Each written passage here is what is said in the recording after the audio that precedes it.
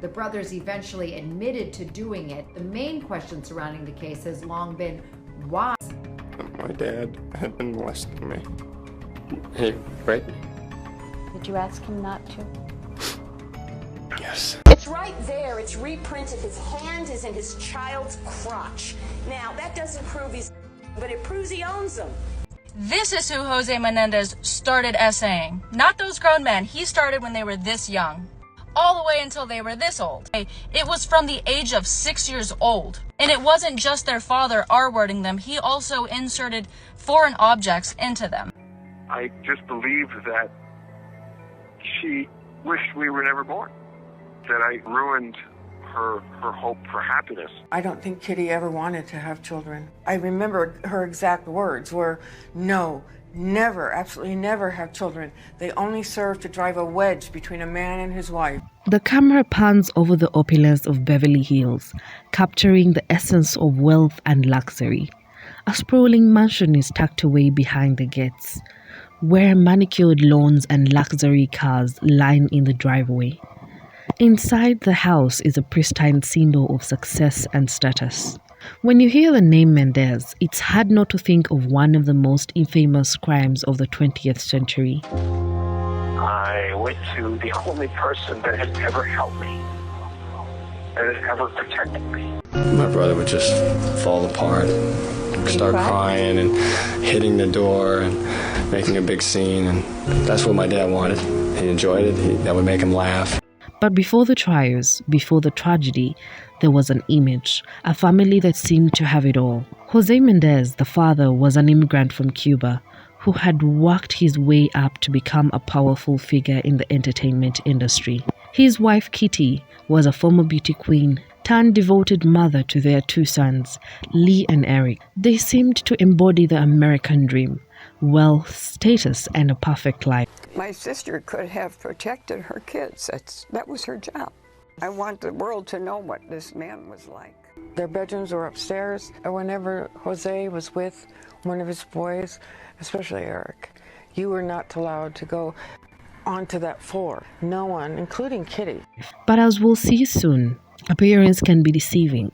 We are transported to the early years of José Menendez's life. From his arrival in the United States to his eventual rise in Hollywood, the camera follows him through his ambitious journey.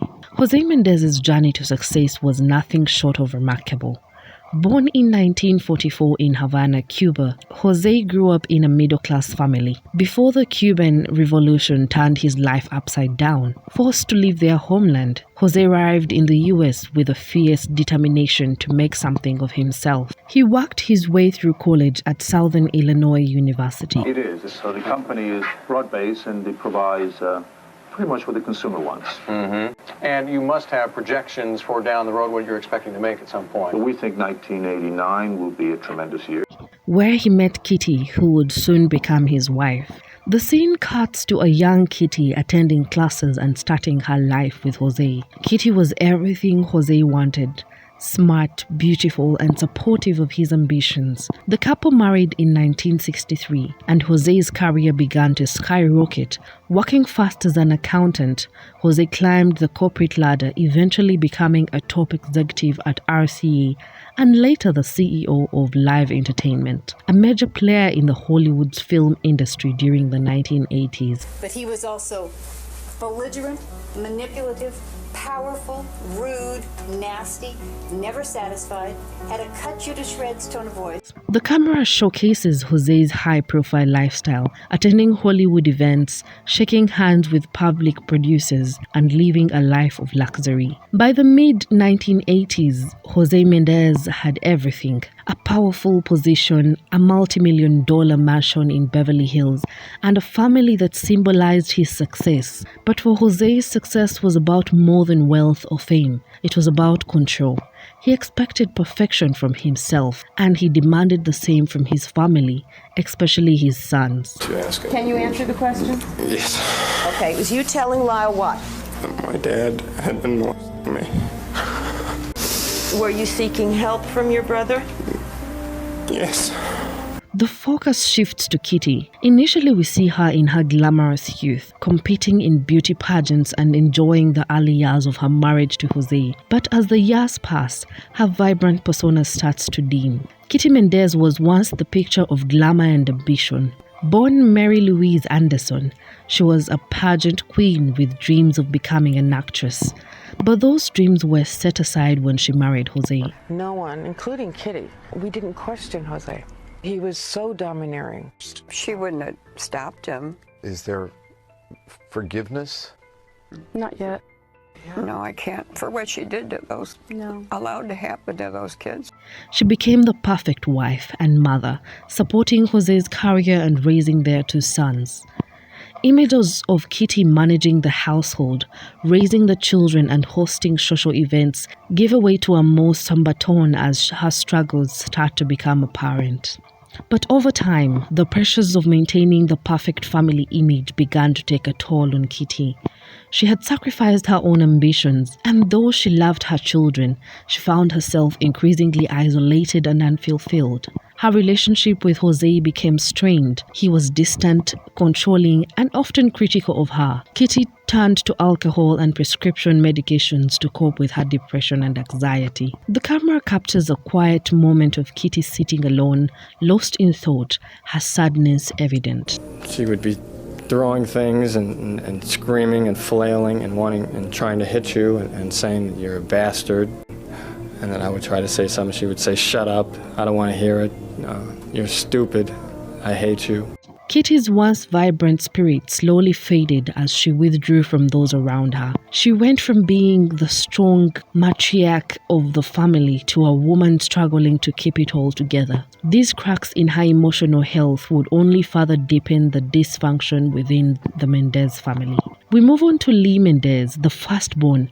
As a young boy, he appears confident and full of promise, attending private schools and excelling in sports. However, as he grows older, rebellion begins to surface. Lee Menendez, José's eldest son, was expected to carry on the family legacy. From an early age, José groomed Lee to succeed, enrolling him in prestigious private schools and pushing him to excel in sports. To the outside world, Lee appeared to be the perfect son, confident, accomplished, and full of potential. The tone shifts as the camera follows Lee's teenage years, showing scenes of partying and rebellion. But Lee wasn't his father. He didn't share José's unrelenting drive for success. By the time he reached his teenage years, Lee began to push back against his father's control. He wanted freedom and independence. I saw him be physically aggressive throughout his life. He used his intimidation to get his way. The tension reaches a boiling point when Lee is expelled from Princeton University for plagiarism. Lee's expulsion from Princeton was devastating, not just for him, but for the entire Menendez family. For José, it was more than just an academic failure. It was a public humiliation. Lee's actions had tarnished the Menendez name, and José couldn't forgive that. The rift between father and son deepened, with Lee feeling increasingly trapped under the weight of his father's expectations. I felt like I betrayed my dad. I just missed the connection I had with him, and I loved him. While Lee rebelled, Eric Menendez took a different path. The camera captures him with tennis court, practicing under the watchful eye of his father. Eric is the quiet, obedient son, but there is a palpable tension in his demeanor. Unlike his brother, Eric Menendez was the quiet one. He was sensitive, eager to please, and rarely voiced his frustrations. José chose tennis as Eric's path to success, and the pressure to perform was immense. Eric became a top-ranked junior player, but no matter how well he did, it was never enough to satisfy his father's demands. The scenes follow Eric practicing alone, visibly exhausted and emotionally drained after each match. Eric's relationship with his father was defined by high expectations and relentless pressure. Every missed shot, every defeat on the tennis court was a reminder that he was failing to meet José's standard. Or fight back. I really hated myself at the time, and I disliked who I was, and so I just had to. I wanted to do more than say no, but all I could do was say no. Unlike Lee, who fought back, Eric internalized the pressure, becoming more and more withdrawn as the years went on. The Menendez family relocates to Beverly Hills in 1986. However, instead of fixing the family's problems, the move only intensifies the tension within the household. In 1986, the Menendez family made their move to Beverly Hills, marking José's rise to the pinnacle of success. The mansion, the luxury cars, the social connections, it all reflected José's vision of the American dream. But behind closed doors, the family was falling apart. You see Lee adjusting to his new life, attending parties and mingling with Hollywood's elite, while Eric continues to feel the weight of his father's expectations. For Lee, the move offered a fresh start. He embraced the social scene, attending exclusive parties and making new connections. But despite his new world of freedom, the shadow of his father's expectations loomed over him. Lee was still rebelling, but now it was becoming more destructive. The first thing I noticed is that he hadn't changed, which actually didn't surprise me, but made me nervous. There had to be some changes, and if I had to, we would come out of the house, we would leave the house. If he didn't want us to live there, but that we wanted to live there for now. And the focus shifts to Eric, who is practicing harder than ever, trying to live up to his father's demands. José's presence is constant, and Eric is visibly struggling. For Eric, the move only meant more pressure. His father's demands became stricter, and Eric felt more isolated than ever. Every day was a test, another chance to prove his worth, but the emotional toll was starting to take its toll. Eric was drowning under the weight of his father's expectations. At home, I mean, it was just my dad, and it was just something about it. I couldn't. He did what he wanted to me, and I couldn't stop that. And I wanted to, but I couldn't. I don't know why. Meanwhile, Kitty's emotional state was deteriorating. The isolation from her new life in Beverly Hills only deepened her depression. She turned to alcohol and medication, retreating further and further into herself. Kitty was barely holding on, and the family's picture-perfect image was beginning to crack. As the Menendez family tries to maintain the appearance of perfection, the cracks in their foundation became more apparent. Scenes of tense family dinners and stern lectures from José illustrate the growing strain. As the Menendez family continued to put on a facade of success, the tension behind closed doors was building. José's controlling nature dominated every aspect of their lives. He micromanaged his sons, pushing them to meet his impossible standards, while Kitty remained emotionally distant. They are such good people. And they were tortured. Their dad tortured them, and their mom let it happen. The camera captures a quiet moment of Lee and Eric sitting together, their frustration with their father's control written all over their faces. Soon their desperation would lead them down a path from which there would be no return.